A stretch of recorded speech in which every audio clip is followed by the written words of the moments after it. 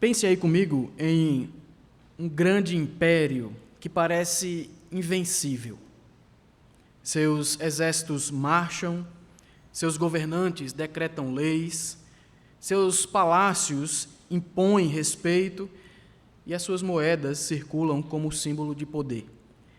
Para quem vive sob a sua sombra, o futuro já está decidido. Nada pode abalar essas estruturas tão sólidas. Mas, bem longe dos salões do poder, um decreto silencioso é emitido por uma autoridade superior. Não por um império meramente, mas por aquele que governa a própria história. No dia em que essa palavra é pronunciada, o império ainda está de pé. Os tronos ainda estão ocupados, os exércitos ainda estão armados. Contudo, o fim já foi selado. É nesse nível que Ageu, capítulo 2, versículo 10 ao 23, nos conduz. Deus anuncia um tempo em que Ele mesmo abalaria os céus e a terra, derrubaria reinos, esvaziaria o poder dos fortes e faria ruir aquilo que parecia inabalável outrora. A bênção prometida ao povo não é apenas provisão para o presente, mas participação na certeza de que nenhum poder humano é o último poder. Enquanto os olhos veem impérios estáveis, Deus revela que a verdadeira autoridade não reside em tronos, mas na sua palavra soberana.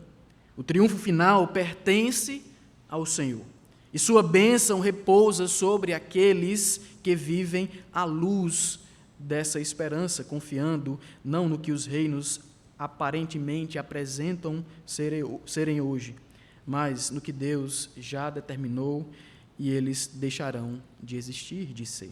Nós vimos até aqui, nas últimas duas exposições em Ageu, que o povo havia abandonado a sua responsabilidade para com a construção da casa do Senhor por aproximadamente 1 década e meia.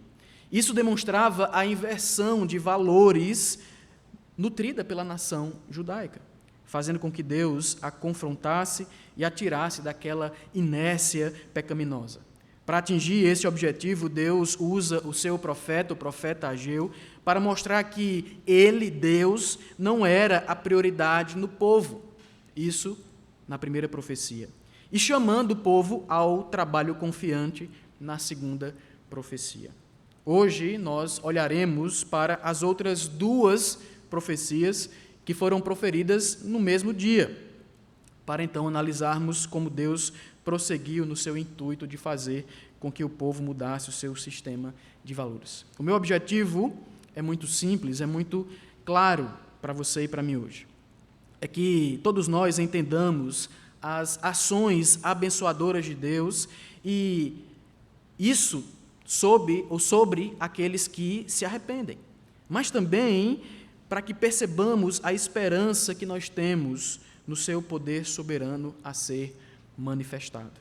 Então, nosso objetivo hoje aqui à noite é que entendamos as ações abençoadoras de Deus aos que se arrependem e a esperança que nós temos no seu poder soberano a ser manifestado. Então, além de Deus mostrar que ele não era a prioridade do povo e chamar o povo ao trabalho confiante, na terceira profecia, aí em Ageu, capítulo 2, verso 10 ao 19, Deus anuncia a sua bênção sobre o povo. Queria que você lesse esse texto comigo, Ageu, capítulo 2, verso 10 ao 19. Diz assim: No 24º dia do 9º mês, no 2º ano do reinado de Dario, a palavra do Senhor veio ao profeta Ageu, dizendo: Assim diz o Senhor dos Exércitos, peça aos sacerdotes que decidam a seguinte questão relacionada com a lei.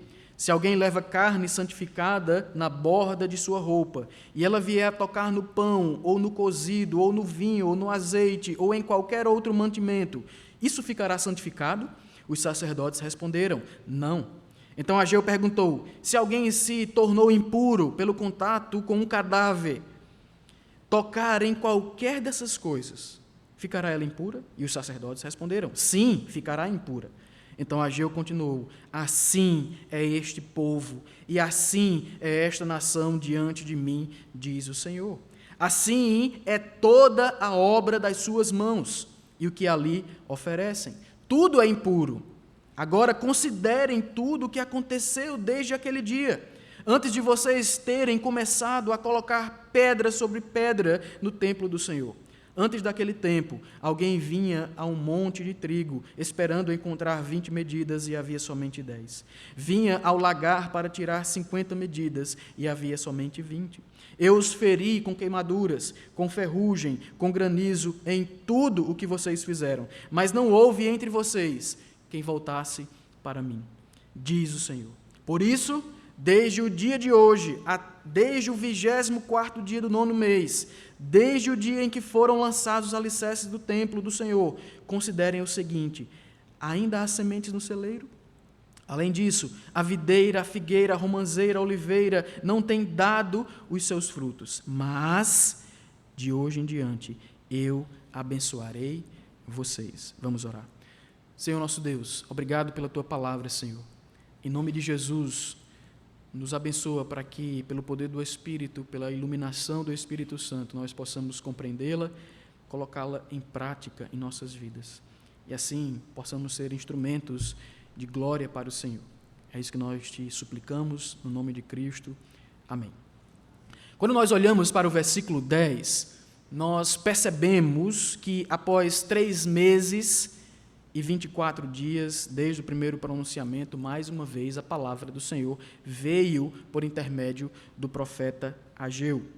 Agora, a palavra é dirigida aos sacerdotes do povo.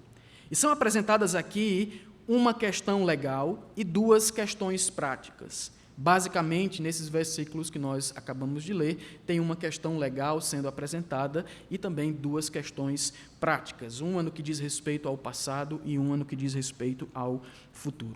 No versículo 11 a 14, que nós já lemos, nós somos apresentados a uma questão legal aí.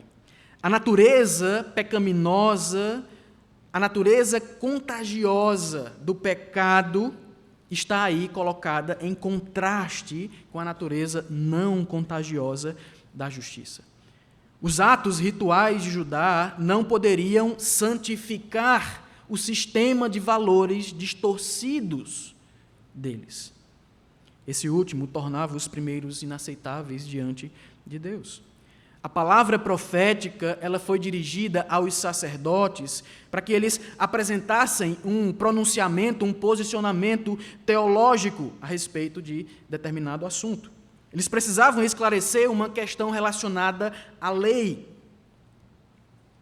E é interessante notar que as pessoas, elas são cobradas de acordo com as suas respectivas responsabilidades. Era da responsabilidade dos sacerdotes dominar o conhecimento a respeito da lei, interpretar a lei de maneira adequada. Por isso, Deus manda que o profeta Ageu dirija o seu questionamento sobre a lei àqueles que tinham a responsabilidade mais imediata de responder assuntos relacionados a ela. A questão era se um alimento tivesse sido cerimonialmente santificado ao entrar em contato de forma indireta com outro alimento, se este último alimento ele também ficaria santificado, somente pelo contato indireto com o primeiro alimento.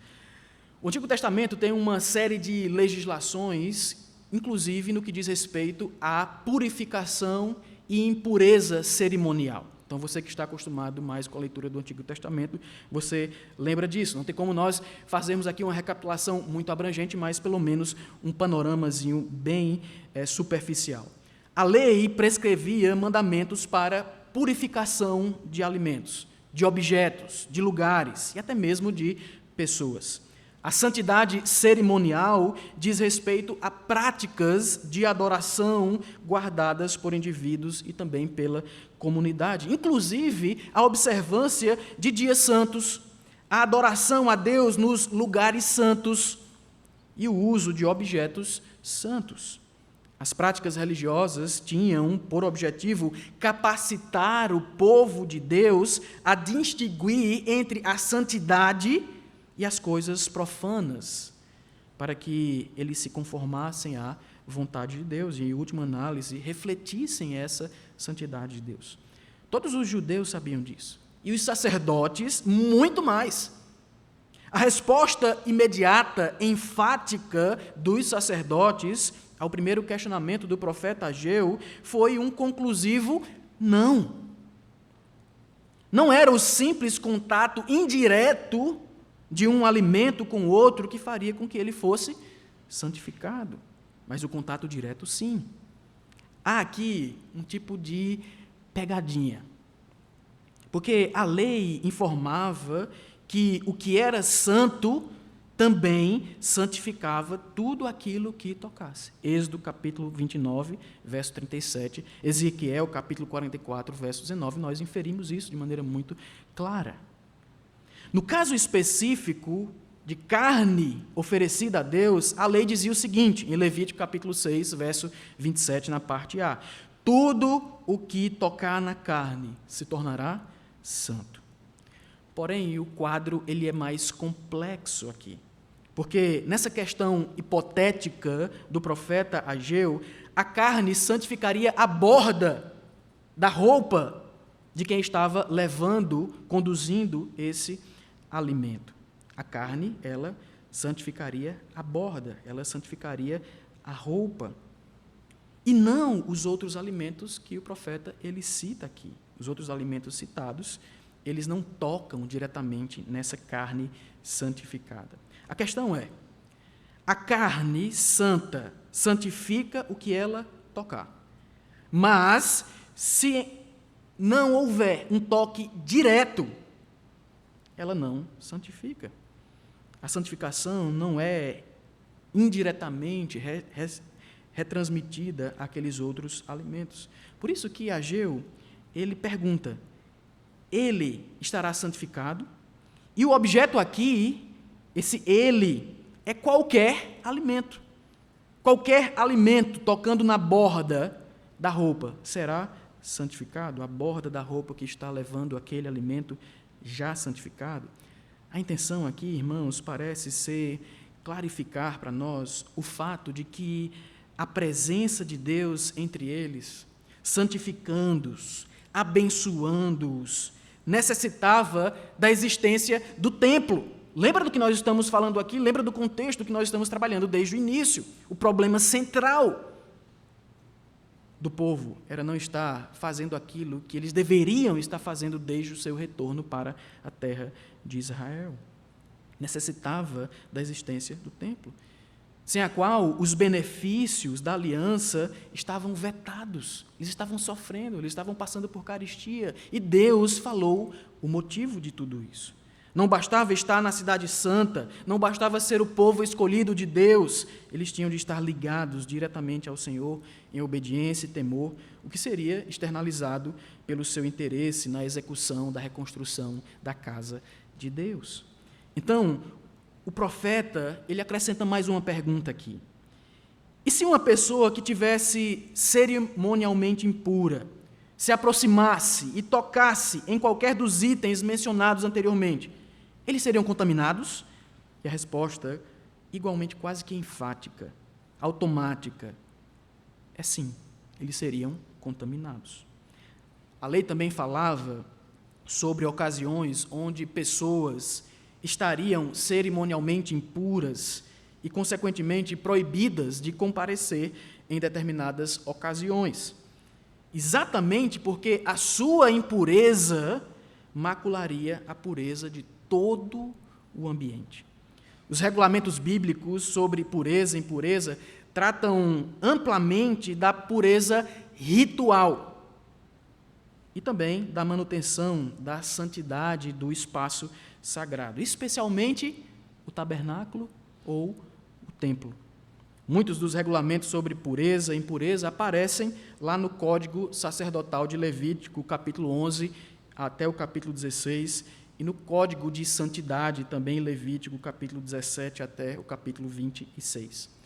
O código sacerdotal, ele descreve estados de pureza ou impureza. E, em seguida, fornece instruções rituais para a restauração do estado de pureza, basicamente. A impureza ela se divide em duas categorias, impureza permanente e impureza temporária. Como coisas que são permanentemente impuras, como animais impuros, eles devem ser evitados e eles não podem mudar o seu status. Os regulamentos já diziam que aqueles animais, determinado tipo de animais, eram impuros. Era uma impureza não temporária.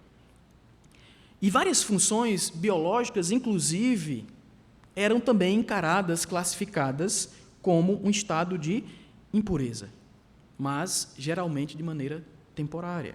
Morte, por exemplo, a morte era esse estado mais grave e mais universal dos estados de impureza. Qualquer contato com um cadáver tornava as pessoas e coisas impuras. Isso está escrito lá em Levítico, capítulo 11, verso 29 ao 36. Tocar em um cadáver tornava a pessoa impura até a noite, segundo Levítico. Carregar um cadáver tornava a pessoa impura até a noite e tornava a roupa imunda até que ela fosse lavada. Levítico capítulo 11 também. Como isso os tornaria impuros, incapazes de cumprir os seus deveres, os sacerdotes eram proibidos de qualquer contato com o cadáver, a menos que o falecido fosse um membro muito próximo da família do sacerdote. Levítico capítulo 21, verso 1 a 4, nos diz isso.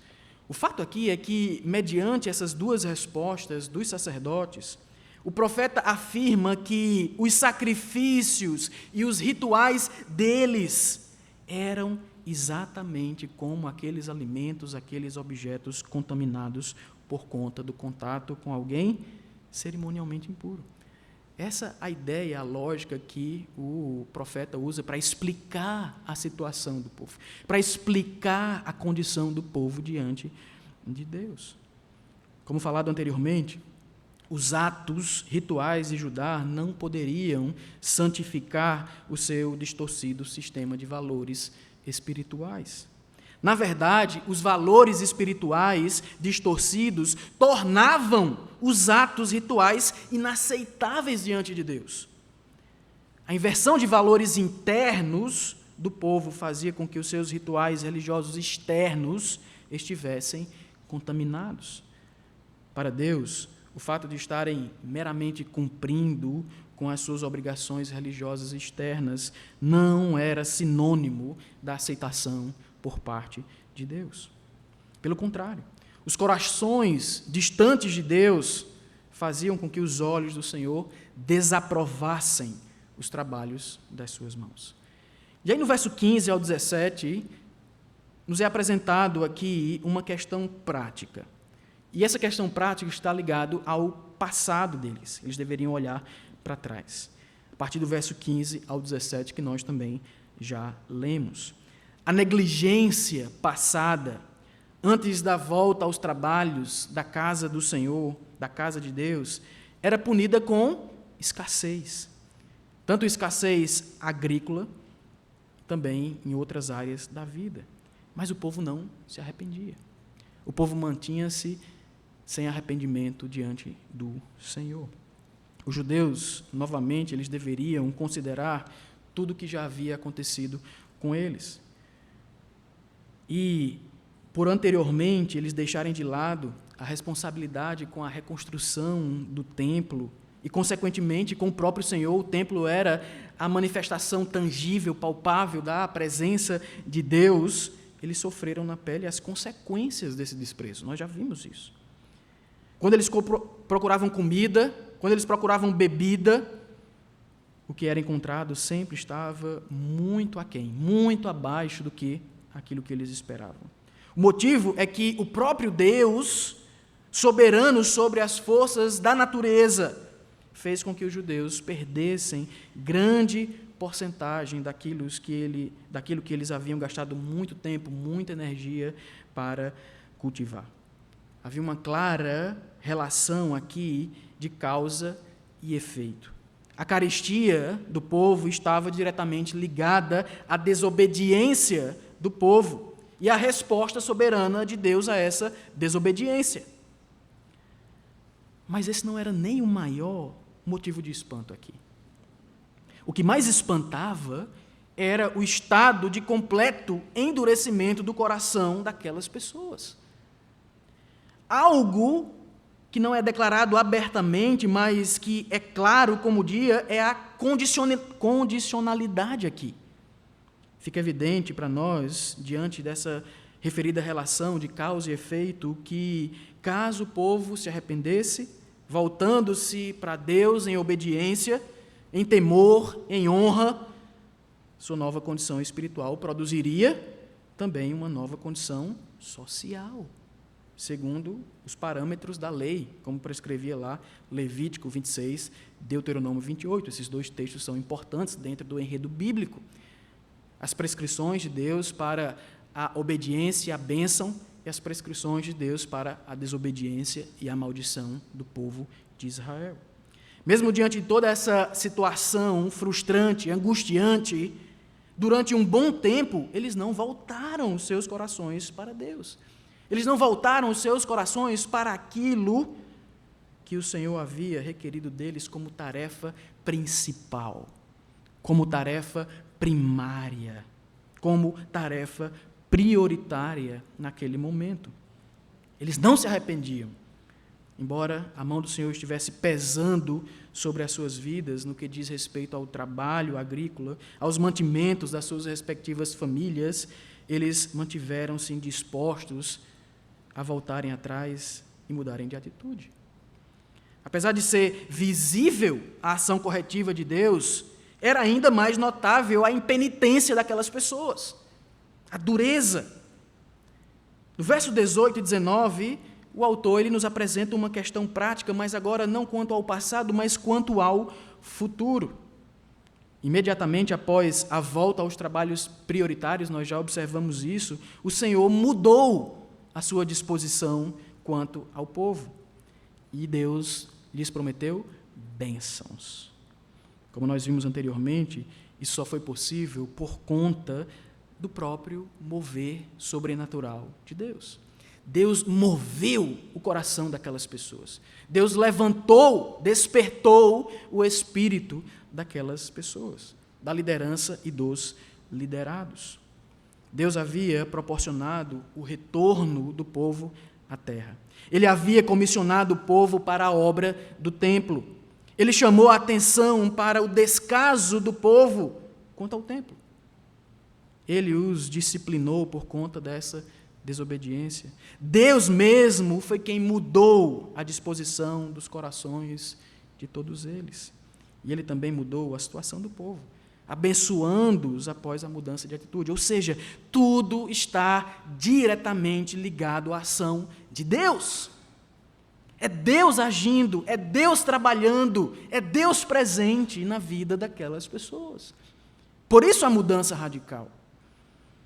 A consequência é que os judeus, vítimas da infertilidade, da seca, de pragas, de carestia, até aquele momento, eles teriam uma colheita inesquecível, naquele ano, a qual reverteria diametralmente as dificuldades que eles vinham enfrentando. A grande virada em termos de relacionamento com Deus, marcada por arrependimento verdadeiro, arrependimento sincero, obediência, ia se encontrar com a grande virada socioeconômica causada pela graça de Deus e pelo seu cuidado com o seu povo amado e fiel.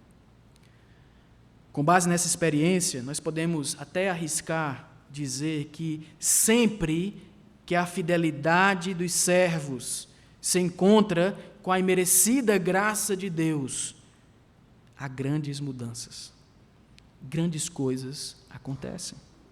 Deus estava com uma disposição favorável para com o seu povo.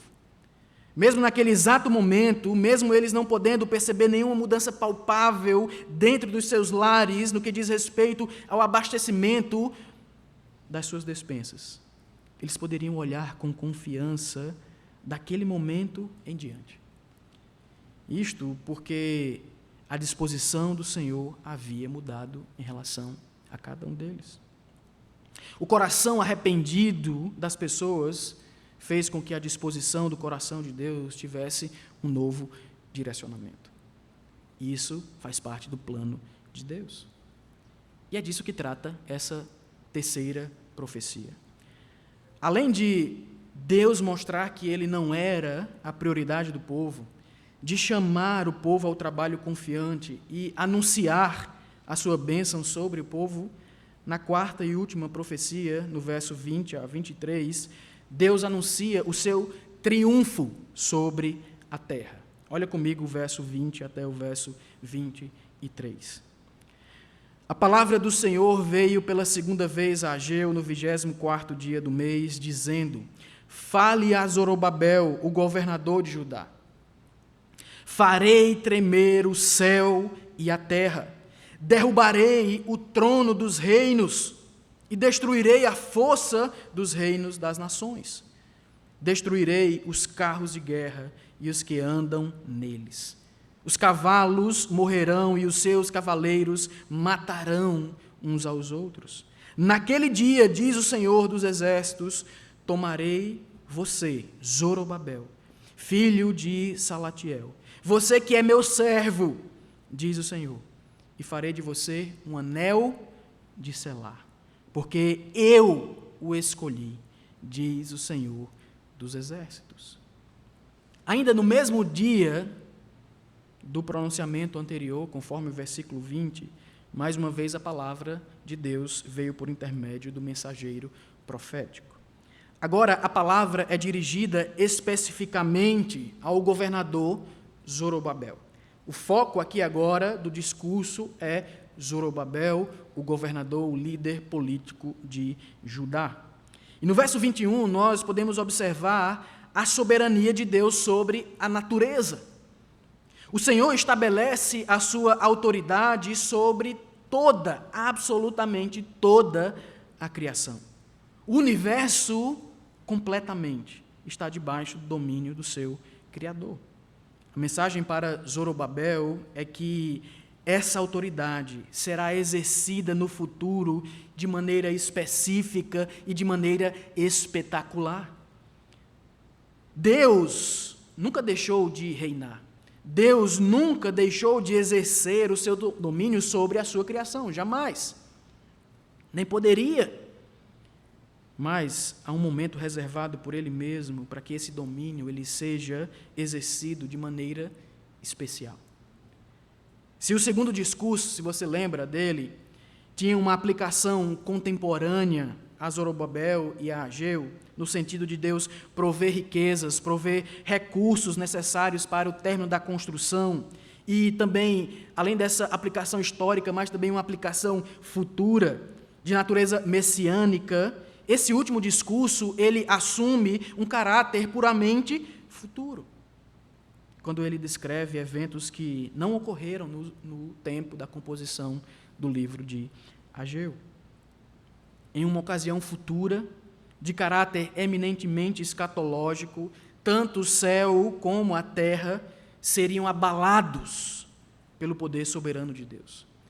A ação divina seria de proporções cósmicas, refletindo a sua soberania sobre toda a natureza. O Senhor fará tremer, abalará, chacoalhará a ordem criada. Isso é um indicativo de algo que jamais foi visto até então, inclusive no nosso tempo, de proporções universais, marcando o poder absoluto de Deus. Mas há também, no verso 22, a soberania de Deus sobre os poderes humanos, além da natureza criada, mas também dos poderes humanos. Além de mostrar a sua autoridade sobre a natureza, Zorobabel é informado sobre a ação de Deus contra as autoridades humanas.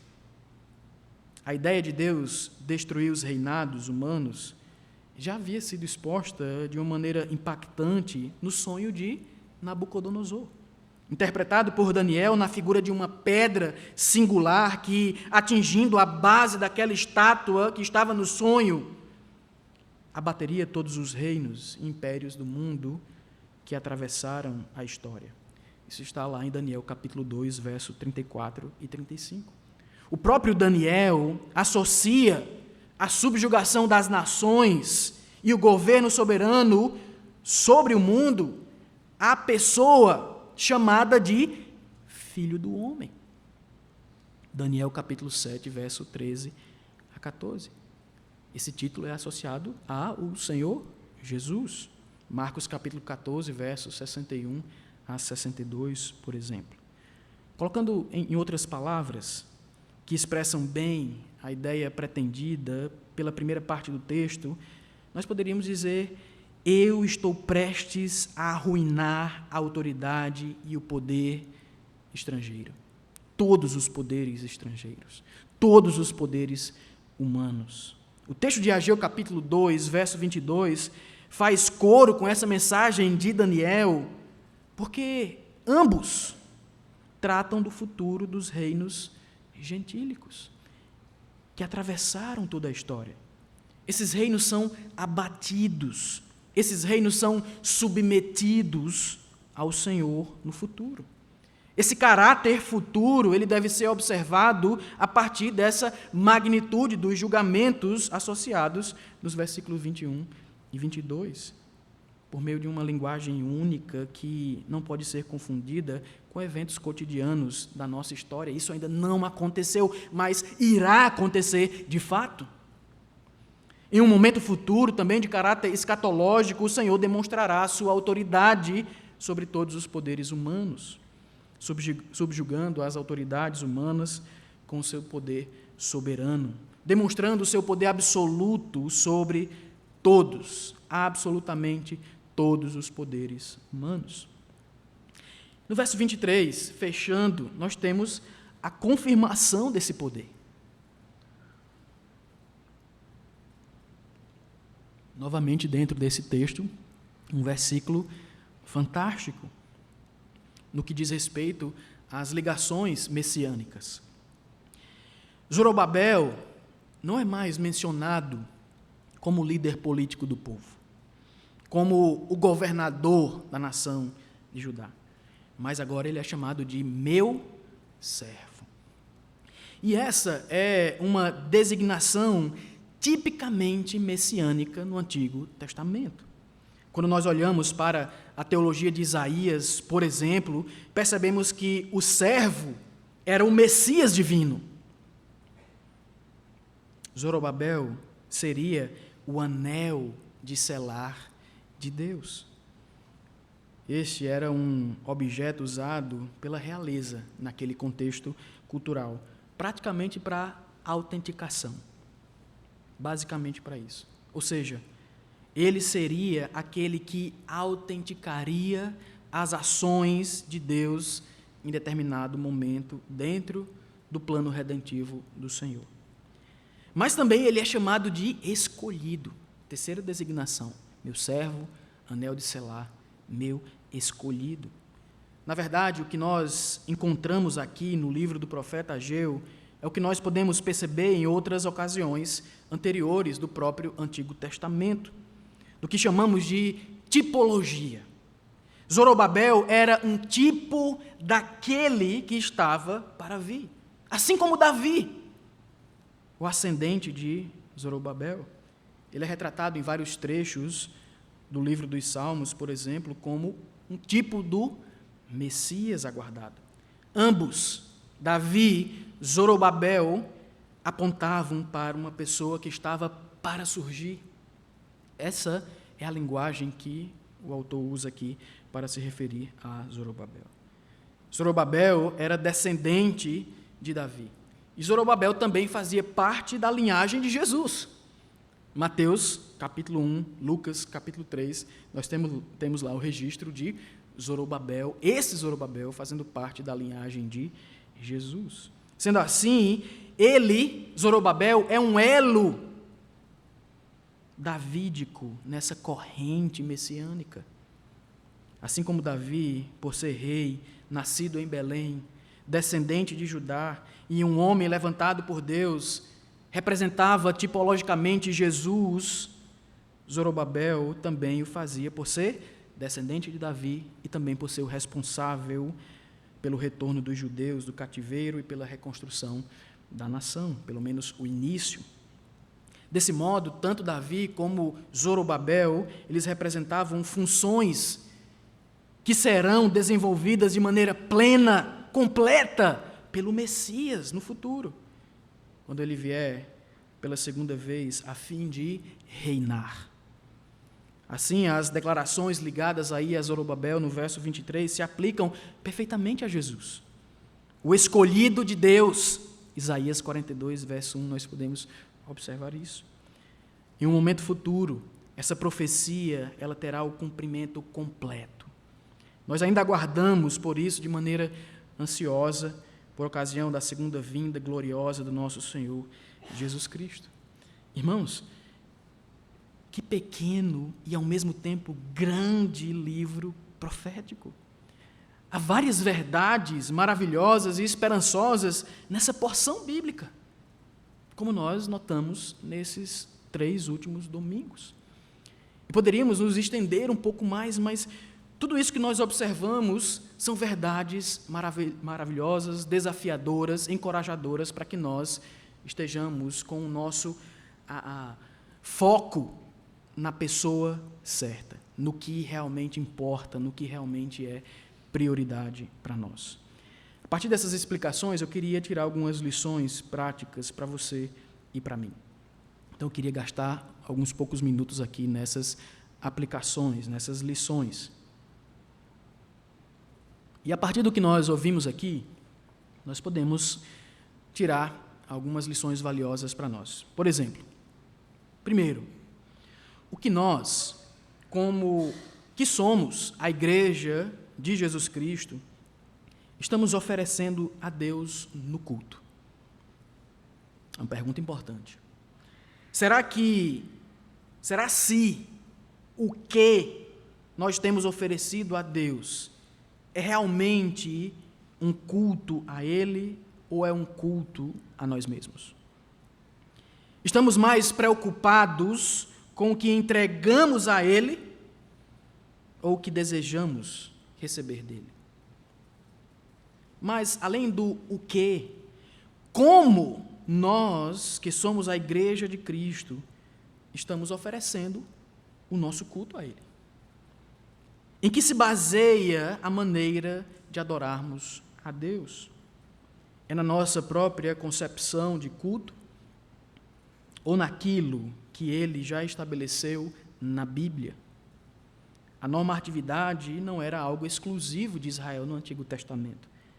Mas o que e como oferecemos a Deus hoje deve passar também pelo crivo da Escritura Sagrada, da revelação da sua vontade. Deus não é obrigado a receber o nosso culto egocêntrico, voltado para nós mesmos, de corações que estão mais preocupados consigo mesmos do que com a adoração a Ele. Talvez estejamos no culto simplesmente buscando melhorar de alguma maneira a nossa vida. E não para adorarmos a Deus, mesmo quando a vida não vai bem como nós imaginávamos. Talvez estejamos no culto apenas para cumprir tabela, tornando-nos o que alguns, lamentavelmente, já denominaram como crentes nominais. Que tragédia! Uma terminologia completamente incompatível com a própria natureza do discipulado cristão. Totalmente incompatível. O culto dos judeus não era aceitável diante de Deus. Apesar de estarem realizando o ritual externo, os valores e reais preocupações das pessoas não era a vontade de Deus. Por isso, o Senhor alertou que a adoração deles estava contaminada. Já se perguntou Por que é que Deus aceita a qualidade e a quantidade da sua adoração? Por que é que Deus aceita o tipo de adoração que você e eu oferecemos a Ele? E a resposta é por causa de Jesus. Porque a qualidade e a quantidade da sua e da minha adoração é pífia, é humilhante diante de Deus. Mas é por causa de Jesus, da adoração completa de Jesus em toda a sua vida, que a sua e a minha adoração podem ser recebidas diante de Deus. Isso não quer dizer que você e eu estejamos satisfeitos ou ficaremos satisfeitos com a adoração que temos prestado ao Senhor hoje. Não, nós iremos buscar melhorar cada vez mais. É claro que sim, mas sempre lembrando, confiando naquilo que Jesus já preparou para nós. Outra lição é que hoje nós também podemos desfrutar de uma relação de causa e efeito com Deus, sim. No Novo Testamento, o livro de Hebreus, capítulo 12, está aí para provar exatamente esse ponto. Crentes relapsos, desobedientes, descompromissados, que não buscam honrar as prescrições santas de Deus para adoração a Ele mesmo, podem muito bem serem alvos da disciplina corretiva e educativa de Deus. Nem sempre este é o caso, é claro. Nós já vimos anteriormente que o sofrimento faz parte da caminhada cristã, mas não são em todas as situações que nós sofremos por causa disso. Mas muitas vezes por conta dos nossos próprios pecados. Olha como Pedro nos alerta para esse fato. Se, pelo nome de Cristo, sois injuriados, bem-aventurados sois, porque sobre vós repousa o Espírito da glória e de Deus. Não sofra ninguém, porém, nenhum de vós como assassino, ou ladrão, ou malfeitor, ou como quem se intromete em negócios de outrem. Mas, se sofrer como cristão, não se envergonhe disso. Antes, glorifique a Deus com esse nome. Pelo que nós temos sofrido? Como consequência da nossa fidelidade a Deus ou por conta das nossas próprias decisões pecaminosas? Os judeus estavam sofrendo escassez agrícola por conta dos seus valores invertidos e prioridades desordenadas em um aspecto central do culto a Deus. A mudança deles fez com que Deus também mudasse em relação a eles. O arrependimento trouxe a boa mão divina sobre o seu povo. Essa é a verdade. E por causa do sacrifício de Jesus, a porta do arrependimento está sempre à disposição até o final da nossa vida. Por causa do sacrifício de Jesus, essa porta permanecerá aberta até o final da sua vida, até o final da minha vida. Nós não podemos nos dar o luxo de não entrar por ela sempre, pular recorrentemente, constantemente, pela porta do arrependimento. Foi Jesus que abriu essa porta para nós. Foi com a sua vida que Ele possibilitou que você e eu continuamente tivéssemos à nossa disposição a porta, o acesso ao arrependimento, até o final das nossas vidas. Outra lição que nós devemos aprender, e essa é uma lição muito curiosa aqui desse texto, desse livro do profeta Ageu, é que é mais fácil, e você pode até no início estranhar, é mais fácil sermos contaminados pela impureza do mundo do que purificados pela santidade de Deus. Pode parecer um contrassenso para alguns, mas não é. A nossa predisposição para o mal faz com que a transmissão da impureza necessite de condições mínimas, como a negligência ou descaso por Deus, por sua palavra, por sua vontade. Já a santidade exige muita determinação pessoal, muita disposição do novo coração e também muita dependência de Deus, muita dependência do agir transformador de Deus. Essa passagem nos ensina que é muito mais fácil influenciarmos e sermos influenciados para o mal do que para o bem. É mais fácil sermos influenciados e influenciarmos os outros a fazermos a obra do Senhor de qualquer forma do que da maneira correta. É muito mais fácil nos entregarmos a uma vida descompromissada, relapsa, pecaminosa, do que buscarmos uma vida de santidade diante de Deus. É dureza mesmo. Nós precisamos entender isso. Aquela vida relapsa, descompromissada, demanda apenas que nos entreguemos à nossa própria vontade natural caída, a velha natureza. Mas um caminhar em santidade demanda uma batalha intensa e constante contra os nossos próprios desejos pecaminosos, contra a ação maligna de Satanás, contra a ação maligna dos poderes espirituais nas regiões celestes. Quer ver a igreja ir de mal a pior? Basta simplesmente que os crentes sigam apenas o seu próprio coração. Mas quer ver a igreja sendo dirigida ao centro da vontade de Deus? Então, nós precisamos travar uma luta ininterrupta contra o nosso próprio pecado. Se não estamos travando essa luta, nós já estamos derrotados. E a tendência maior, sabe qual é? É levarmos outros conosco. Jesus quebrou completamente esse padrão, e essa é a boa notícia. Jesus rompeu com esse padrão que vinha desde o primeiro Adão, mas chegando o segundo Adão, esse padrão acabou, cessou. Jesus, ele quebrou completamente com esse padrão, amando a Deus completamente, seguindo uma vida totalmente santa, completamente influenciado pelo poder do Espírito, mas também influenciando todos ao seu redor somente para o bem. Nele, em Jesus, está a nossa esperança. É porque Jesus viveu assim que nós podemos buscar o amadurecimento, que nós podemos buscar a santificação, que nós podemos buscar a nossa aproximação cada vez maior de Deus. É olhando para aquele que nunca desviou 1 milímetro sequer da vontade de Deus.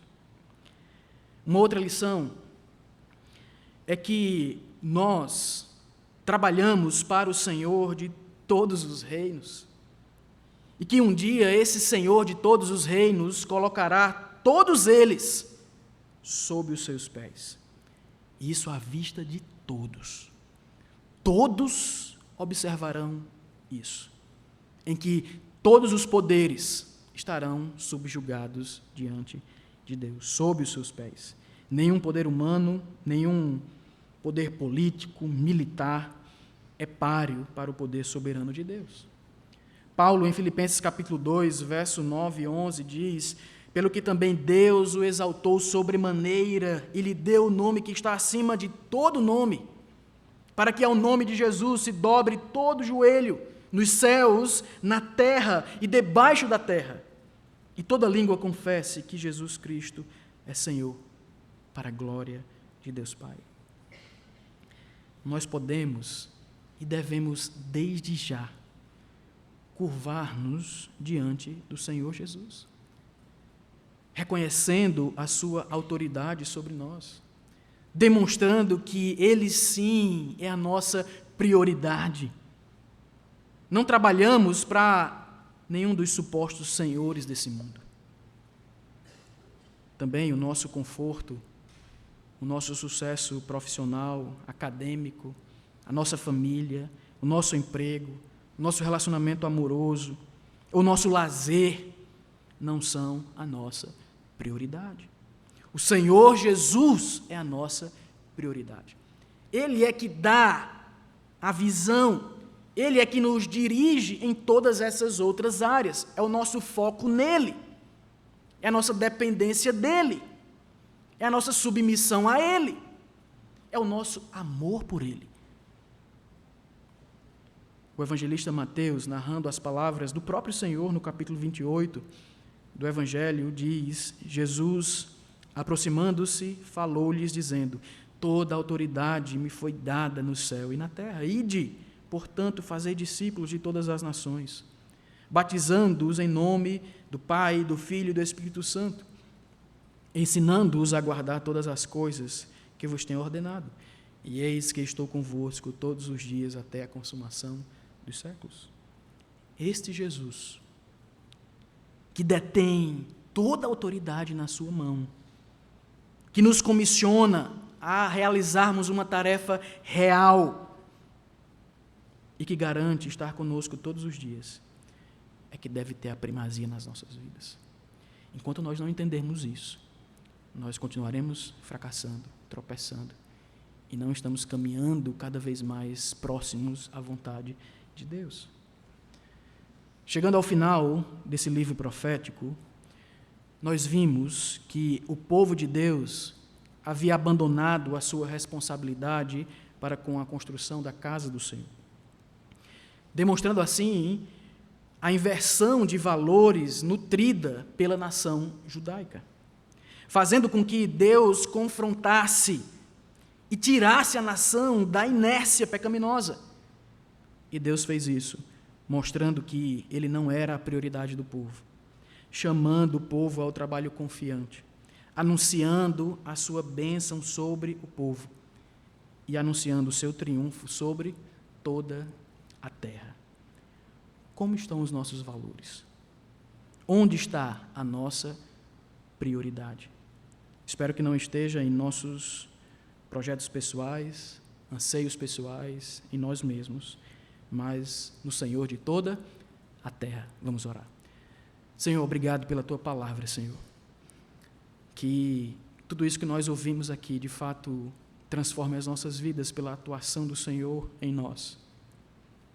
Ó Espírito, tem misericórdia e faz com que tudo isso que nós ouvimos não entre em um ouvido e saia no outro, mas que de fato sejamos amadurecidos, transformados, aproximados do Senhor. E que isso redunde, ó Deus, em serviço, isso redunde em glória para o Senhor, isso redunde em mais pessoas conhecendo a Cristo, se rendendo aos seus pés, que isso redunde em unidade do Teu povo, que isso redunde em alegria, em ânimo, para que nós continuemos servindo ao Senhor com tudo que temos. É isso que nós te pedimos, agradecidos, no nome de Jesus. Amém.